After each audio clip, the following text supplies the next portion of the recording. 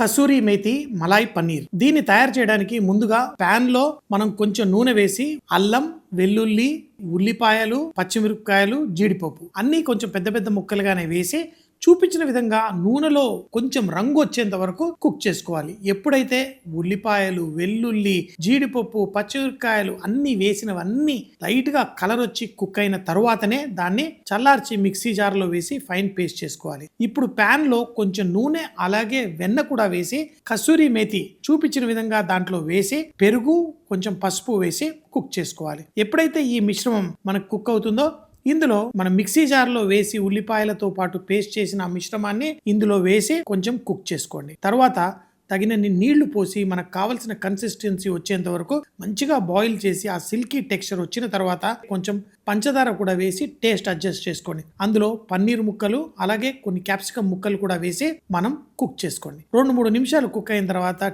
వేడి వేడిగా fresh cream పైన పోసి వేడి వేడిగా వడ్డించుకోండి. రొట్టెలతో, నాన్తో, రుమాలి రోటీ, ఆఖరికి పులావులతో పాటు కూడా బాగా ఎంజాయ్ చేసే ఈ డిష్ తప్పకుండా చేసి ట్రై చేయండి.